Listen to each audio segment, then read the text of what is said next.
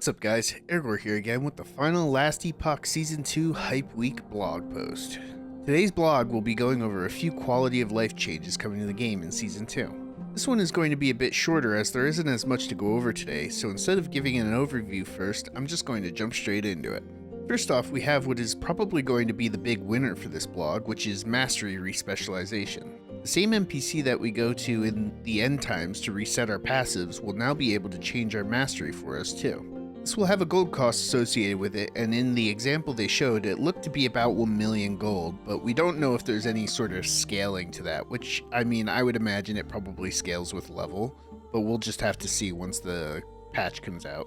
This is a very welcome change, as it makes the choice of mastery when you first get to the end times during the campaign a lot less stressful. Now you can try whatever build you want, even if you aren't sure if it's going to be good, and if you decide you don't like your choice, you can just change it.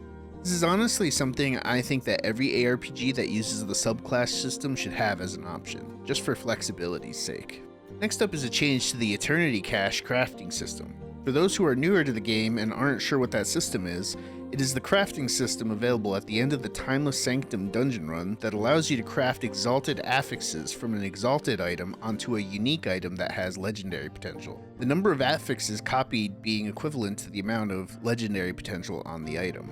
The new quality of life change being added to it is allowing the player to now specify a single exalted affix that they want to guarantee to be moved onto the new legendary item. If the item has more than one legendary potential, then you can specify the first affix it takes, and then the rest of the legendary potential will be used as it is in the current system, picking randomly from the rest of the affixes. On the topic of dungeons, there are a few quality of life changes coming to the dungeon system too. Firstly, the dungeon keys will now have their own dedicated inventory tab in the player inventory that the keys will automatically go into when you loot them.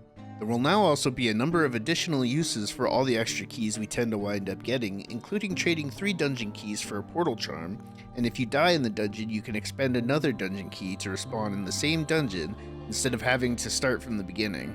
Portal charms are a new item being added that will allow you to skip straight to the boss when you start a dungeon and be given a random set of floor modifiers that you would have gotten from the run normally.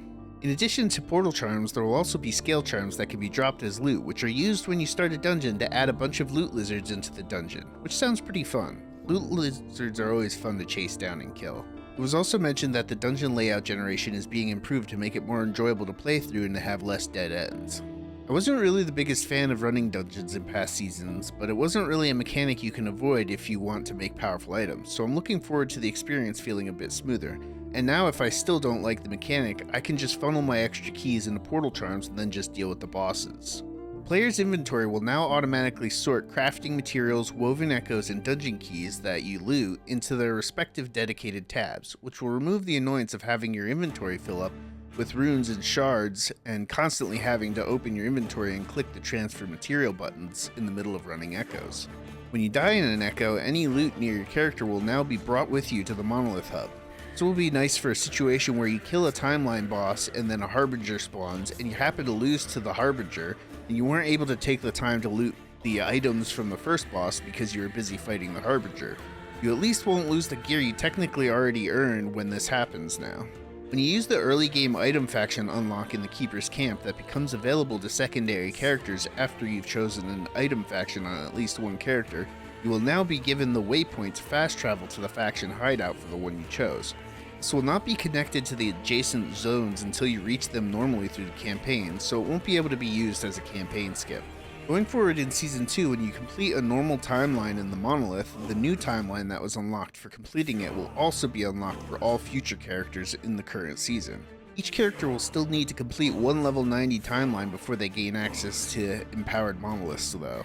Legacy characters won't have this retroactively applied to them, so if you want these unlocks to be applied globally to your legacy characters, you will have to unlock each timeline once on a new legacy character. Small change coming is the ability to turn off the automatic drinking of potions when you pick up a potion with a full belt. This will be very useful for low life high ward builds that don't want to randomly jump up in life, as this will reduce their maximum ward, which is usually a net detriment to their defenses. But it will also be useful for people who want complete manual control over when their potions are ever drunk. Like I said at the top of the video, there's not a ton of stuff here, but it's all good stuff. Quality of life changes aren't usually very exciting, but they are always very welcome, and I'm glad to see them coming in Season 2. I'm especially interested in the dungeon changes, and having our inventory just generally be less cluttered will also be very welcome. Tomorrow is the 11th, so we'll be getting the patch notes finally, and I'll be doing a video going over that, so keep an eye out for it. I haven't decided if I'm going to do a deep dive into the full patch notes or just go over the highlights yet. Let me know what you guys thought of today's blog post, and be sure to like and subscribe so you can get notified when my future Last Epoch and general ARPG videos go live. Thanks for watching, and I'll see you in the next one. Peace out.